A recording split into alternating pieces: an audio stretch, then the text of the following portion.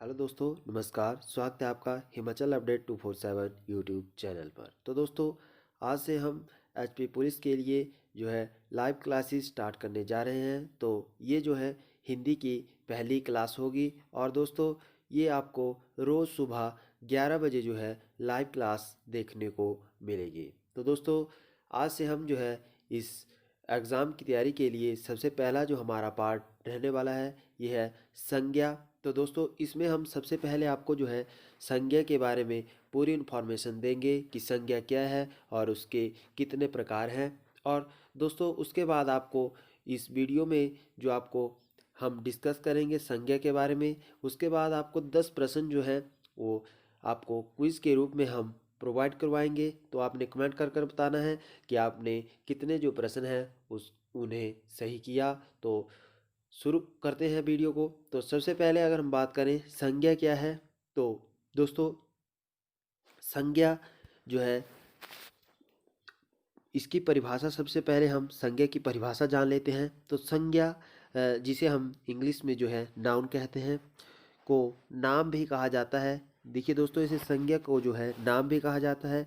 जिन विकारी शब्दों में किसी व्यक्ति, स्थान, प्राणी, गुण, काम, भाव आदि का बोध होता है उसे संज्ञा कहते हैं। तो दोस्तों, परिभाषा में बताया गया है किसी व्यक्ति, स्थान, प्राणी, गुण, काम, भाव, ये शब्द जहाँ भी आते हैं उन्हें इनमें जिसका भी बोध होता है तो उन्हें संज्ञा कहते हैं। चाहे व्यक्ति का बोध हो रहा है, चाहे स्थान का, चाहे प्राणी का, चाहे गुण, काम और भाव, किसी भी इस शब्द का जो है बोध हो रहा है तो उन शब्दों को हम संज्ञा कहते हैं। तो अगर हम बात करें दूसरे शब्दों में, तो देखिए दोस्तों, वस्तु जिसका अस्तित्व होता है, कोई भी वस्तु ऐसी जिसका अस्तित्व होता है या होने की कल्पना की जा सकती है, उसे उसे वस्तु कहते हैं के नाम को संज्ञा कहते हैं। तो दोस्तों, जिस वस्तु का अस्तित्व है या होने की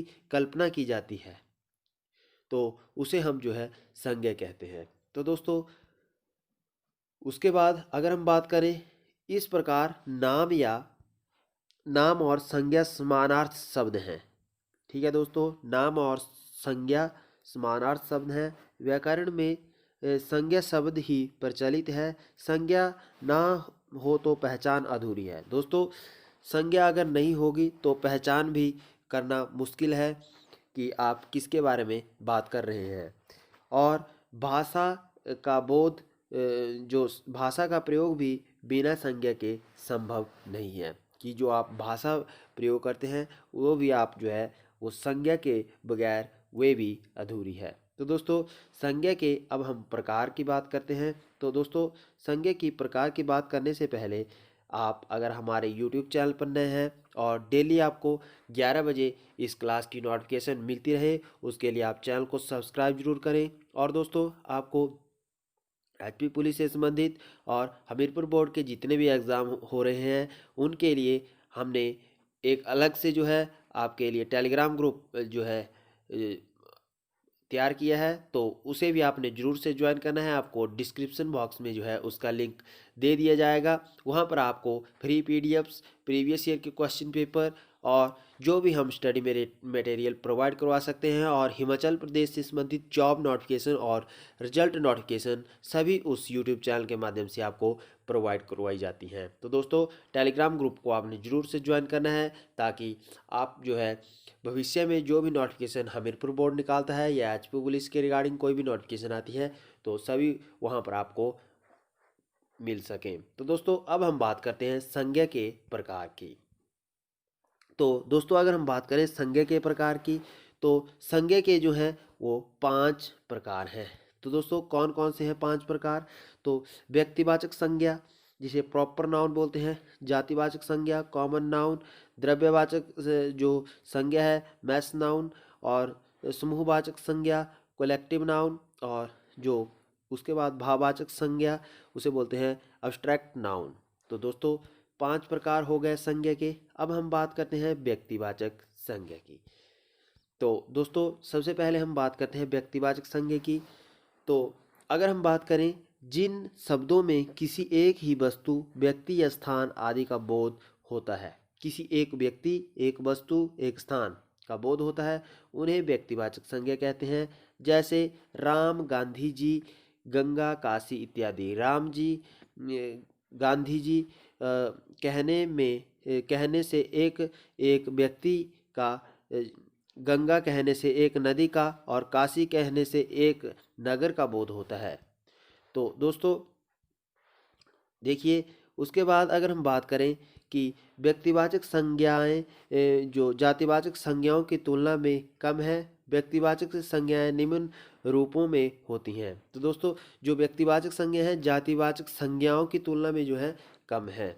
तो व्यक्तिवाचक देखिए दोस्तों, व्यक्तिवाचक संज्ञाएं निम्न रूपों में होती हैं कि किन किन रूपों में जो है आप व्यक्तिवाचक संज्ञा की पहचान कर सकते हैं। तो सबसे पहले हम बात करते हैं व्यक्तियों के नाम। तो देखिए दोस्तों, राम, कृष्ण, महात्मा बुद्ध, हजरत मोहम्मद, ईसा मसीह आदि ये व्यक्तियों के नाम हैं। तो ये व्यक्तिवाचक संज्ञा है। उसके बाद व्यक्तिवाचक संज्ञा में फलों के नाम भी आते हैं। आम, अमरूद, सेब, संतरा, केला आदि। ग्रंथों के नाम रामायण, रामचरितमानस, पद्मावत, कामयानी, कुरान, सांकेत आदि। उसके बाद नेक्स्ट अगर हम बात करें ग्रंथों के नाम, रामायण, रामचरितमानस, उसके बाद जो मैंने आपको बताया। उसके बाद समाचार पत्रों के नाम हिंदुस्तान, दैनिक जागरण, नव भारत टाइम, अमर उजाला, आज आदि। नदियों के नाम भी जो है संज्ञा के व्यक्तिवाचक जो प्रकार है उसमें आते हैं। गंगा, ब्रह्मपुत्र, कावेरी, सिंध, कृष्णा आदि। उसके बाद नेक्स्ट अगर हम बात करें नगरों के नाम भी आ जाते हैं, दिशाओं के नाम, देशों के नाम। तो आपने ये ध्यान में रखनी है चीज़ें। राष्ट्रीय जातियों के नाम, तो देखिए दोस्तों, रूसी, भारतीय, अमेरिकी ये हुई राष्ट्रीय जातियों के नाम। समुद्रों के नाम, काला सागर, भूमध्य सागर, हिंद महासागर, प्रशांत महासागर।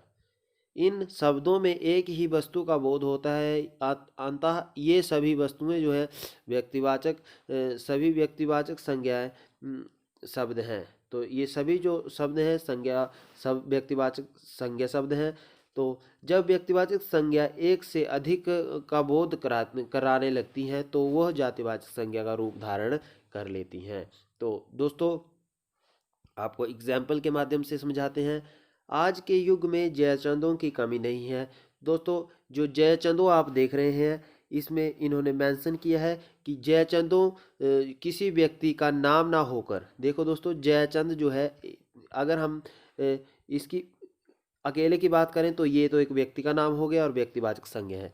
लेकिन अगर हम जयचंदों दो लगा देते हैं तो दोस्तों इसमें जो है बहुत सारे व्यक्तियों के नाम, अर्थात जो है इसमें किसी व्यक्ति का नाम ना होकर किसकी ओर संकेत किया जा रहा है, विश्वासघाती की ओर जो है संकेत किया जा रहा है। तो विश्वासघाती के लिए जो है जयचंदों का प्रयोग किया गया है। तो दोस्तों जातिवाचक संज्ञा क्या होती है, अब कॉमन नाउन के ऊपर हम चलते हैं। व्यक्तिवाचक संज्ञा हमने आपको डिस्कस कर दिया। तो जिन शब्दों में किसी एक ही प्रकार की अनेक वस्तुएं अथवा व्यक्तियों का बोध हो, ठीक है।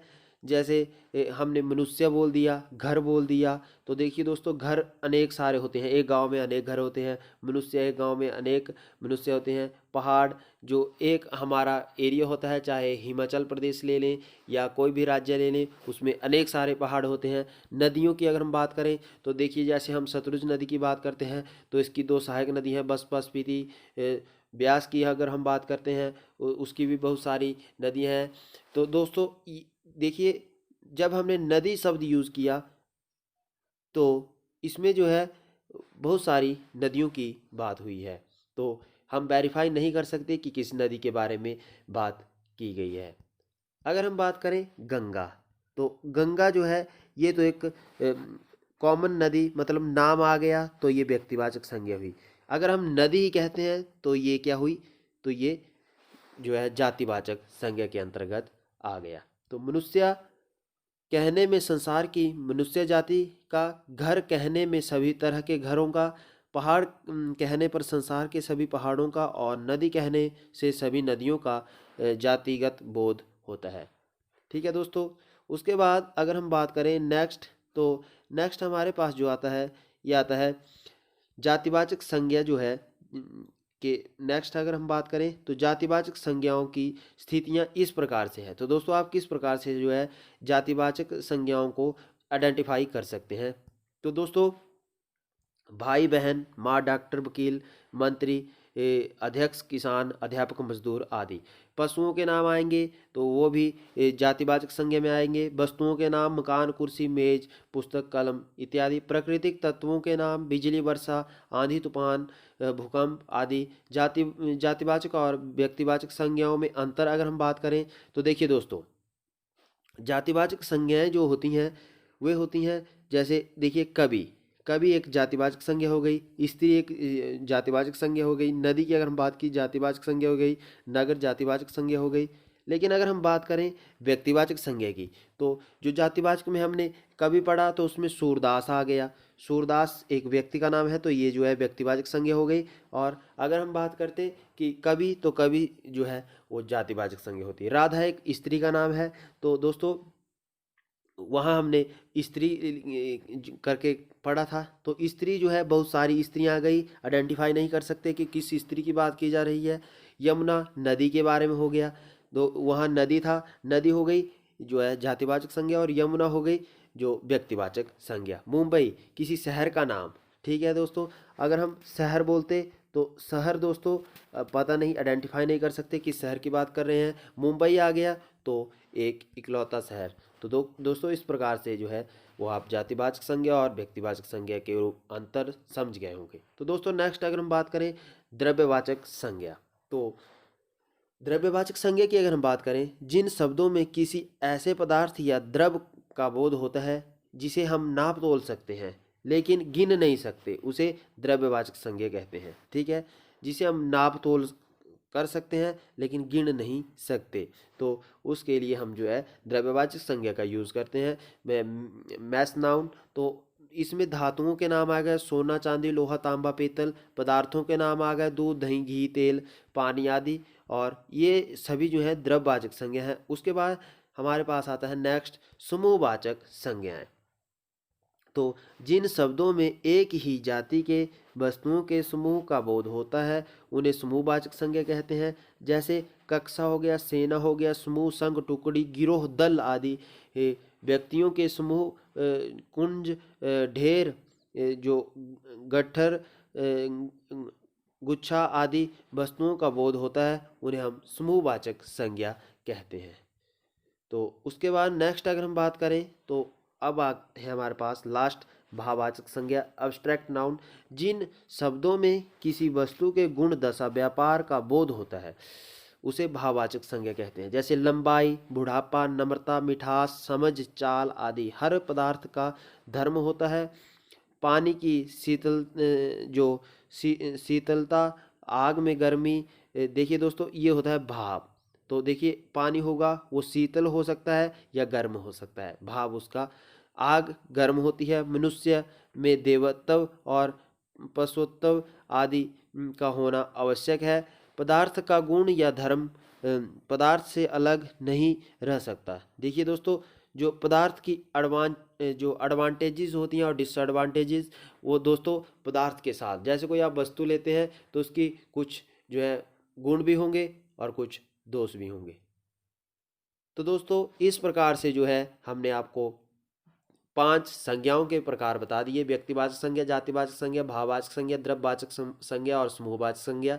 तो दोस्तों अगर आपको ये समझ आ गया हो तो बहुत अच्छी बात है। अगर नहीं आया तो एक बार फिर से आप जो है वीडियो को रिपीट कर सकते हैं, फिर से शुरू से देख सकते हैं। उसके बाद आपको हम अब 10 जो है क्वेश्चन संज्ञा से रिलेटेड करवाएंगे, तो आपने कमेंट कर कर बताना है कि आपने कितने प्रश्न जो है सही किए।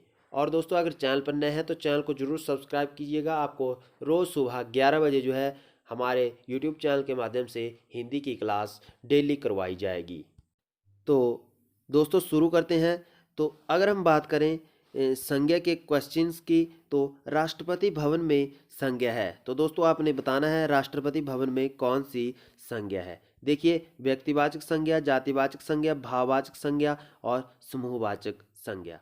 तो दोस्तों राष्ट्रपति भवन देखिए एक देश का एक ही होता है, तो ये जो है ऑप्शन नंबर ए सही होगा, व्यक्तिवाचक संज्ञा। तो नेक्स्ट अगर हम बात करें तो नेक्स्ट प्रश्न, सुंदरता में संज्ञा है। तो सुंदरता में भाववाचक संज्ञा है, जातिवाचक संज्ञा है, व्यक्तिवाचक संज्ञा है, समूहवाचक संज्ञा है। तो देखिए दोस्तों जो सुंदरता है, सुंदरता किसकी तरफ इशारा कर रही है? सुंदरता जो है दोस्तों जो है आपकी भाववाचक जो है की तरफ, संज्ञा की तरफ इशारा कर रही है, तो ऑप्शन नंबर ए इसका सही होगा। उसके बाद नेक्स्ट अगर हम बात करें तो नेक्स्ट अपनापन में कौन सी संज्ञा है? तो दोस्तों ऑप्शन आपके पास है द्रव्यवाचक संज्ञा, जातिवाचक संज्ञा, भाववाचक संज्ञा, व्यक्तिवाचक संज्ञा। तो दोस्तों देखिए अपनापन में जो है भाव प्रकट हो रहा है, तो ऑप्शन नंबर सी सही होगा, भाववाचक संज्ञा।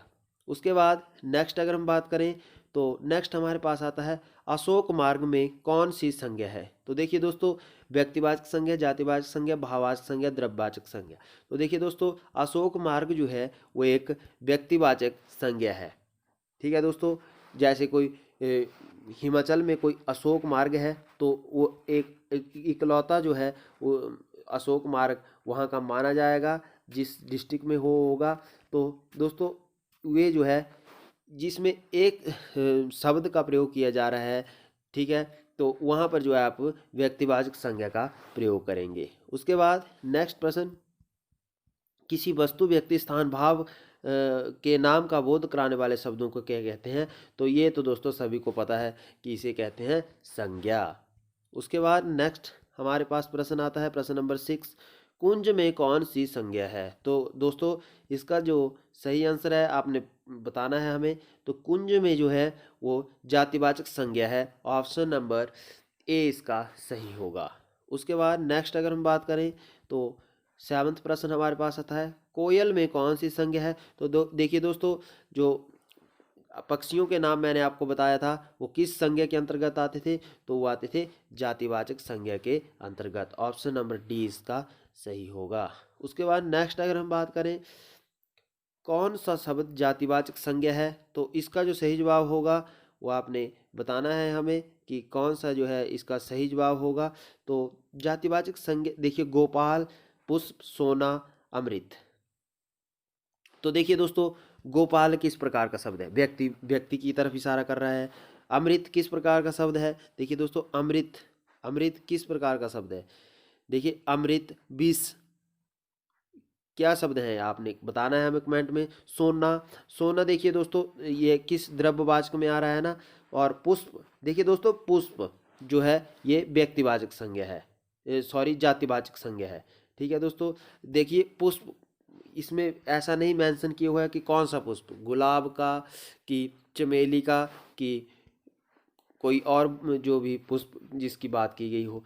देखिए दोस्तों मेंशन नहीं किया है। नेक्स्ट प्रश्न, कौन सा शब्द भाववाचक संज्ञा नहीं है? तो देखिए दोस्तों मिठाई, चतुराई, लड़ाई, चिढ़ाई। तो देखिए दोस्तों कौन सा शब्द भाववाचक संज्ञा नहीं है? तो देखिए दोस्तों चतुराई जो है, उसके बाद लड़ाई, चिढ़ाई। देखिए दोस्तों इनमें जो है सब में जो है भाव प्रकट हो रहा है, लेकिन मिठाई में जो है भाव प्रकट नहीं हो रहा है। मिठाई में क्या भाव प्रकट होगा? मिठास। ठीक है दोस्तों, तो इसमें मिठाई जो है ये जो है भाववाचक संज्ञा नहीं है। उसके बाद नेक्स्ट अगर हम बात करें तो मिठाई जो है वो जातिवाचक संज्ञा है, ये आपने ध्यान में रखना है। नेक्स्ट प्रश्न, कौन सा शब्द भाववाचक संज्ञा है? तो इसका जो सही जवाब होगा भाव किस में प्रकट हो रहा है? तो देखिए दोस्तों भाव प्रकट हो रहा है ऊंचाई। ठीक है, ऑप्शन नंबर बी इसका सही होगा, ऊंचा की भाववाचक है ऊंचाई। ठीक है दोस्तों, तो गहरा होगा तो गहरा की भाववाचक होगी गहराई। ठीक है दोस्तों, तो इस प्रकार से जो है इसका सही जवाब होगा ऊंचाई, तो ऑप्शन नंबर बी इसका सही होगा। तो दोस्तों आशा करता हूँ आपको संज्ञा जो है सही रूप में समझ आई होगी और आपने अच्छे से इनके प्रश्नों के आंसर भी दिए होंगे। तो दोस्तों अगर आपको ये वीडियो अच्छी लगी हो तो आपने चैनल को जरूर सब्सक्राइब करना है और बेल आइकन को जरूर प्रेस करना है, और टेलीग्राम ग्रुप को भी आपने जरूर प्रेस करना है, उसका लिंक हमने डिस्क्रिप्शन बॉक्स में दिया हुआ है। तो मिलते हैं नेक्स्ट वीडियो में, तब तक के लिए जय हिंद, जय भारत, जय हिमाचल।